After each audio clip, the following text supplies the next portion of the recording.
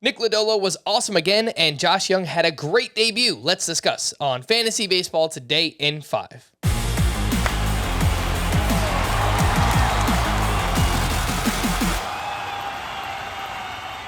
Welcome into FBT in 5. As always, make sure to follow and stream us on Spotify. Today is Monday, September 12th. I am Frank Stanfield, joined by Scott White, and let's rank some waiver wire pitchers for the upcoming week or weeks. And we'll start with Nick Lodolo, who put together his best start of his young career. 11 strikeouts at the Brewers. He went 8 innings, gave up 2 runs, and now has a 2.43 ERA over his last 5 starts. Ross Stripling has turned in 5 straight quality starts since returning from the IL. Jose Quintana has a 2.93 ERA since being traded to the Cardinals. And Drew Smyly was great this weekend. 7 innings, 1 unearned run, 8 strikeouts, 23 swinging strikes. And he is on quite the run as well. Scott, how do you rank these 4? Lodolo, Stripling, Quintana, and Drew Smyly.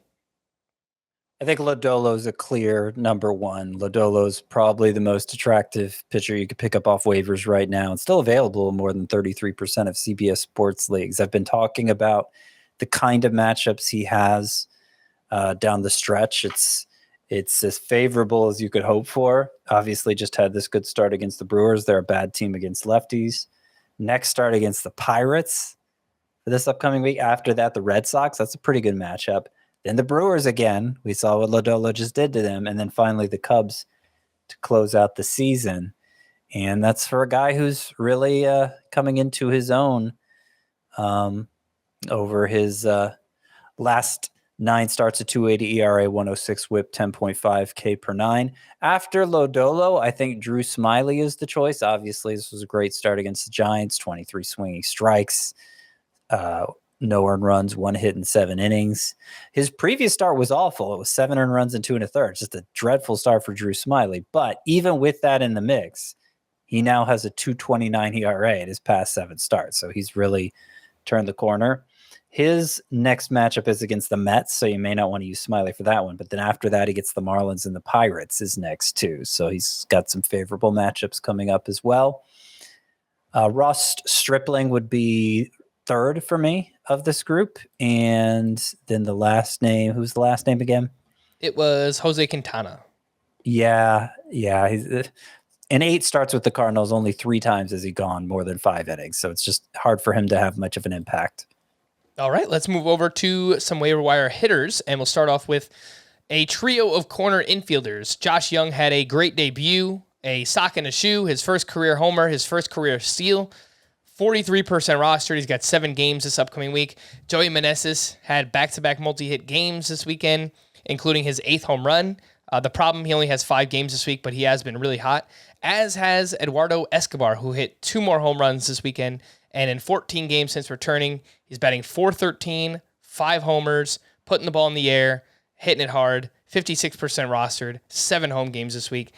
Scotty, what do you think? Rank Jung, Meneses, and Eduardo Escobar. Yeah, obviously we're going week to week this late in the season. So kind of just looking ahead for the next week. Josh Jung. It's a close call between Josh Jung and Eduardo Escobar. I like both of their matchups. Escobar's are maybe a little bit better. And of course, he's been hotter, but Jung has so much upside.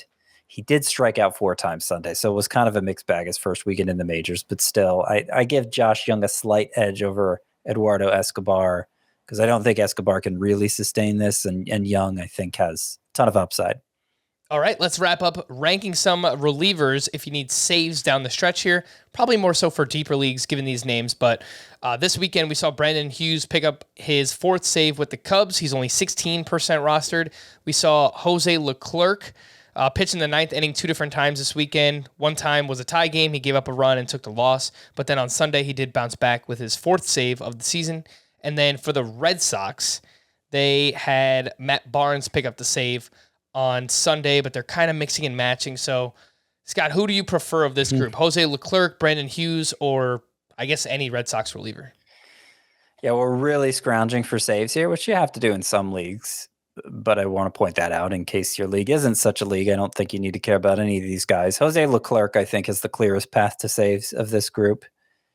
Hughes hasn't been used like a conventional closer. This was his first save since August 23rd. 2 other Cubs had gotten saves after that. But I do think if you need to have any Cubs reliever, Hughes is the one to have. And yeah, the Red Sox, I just can't get a feel for what they're doing. It could be any of Schreiber, Whitlock, Barnes. I think it's just too messy to really invest in it right now. Jose Leclerc only 5% rostered. So if you play in those deeper category leagues and you are chasing saves, definitely a name that you want to look at this time of year. For more extensive fantasy baseball coverage, listen to the Fantasy Baseball Today podcast on Spotify, Apple Podcasts, Stitcher, your smart speakers, or anywhere else podcasts are found. And thanks for listening to Fantasy Baseball Today in 5. We'll be back again on Wednesday morning. Bye-bye.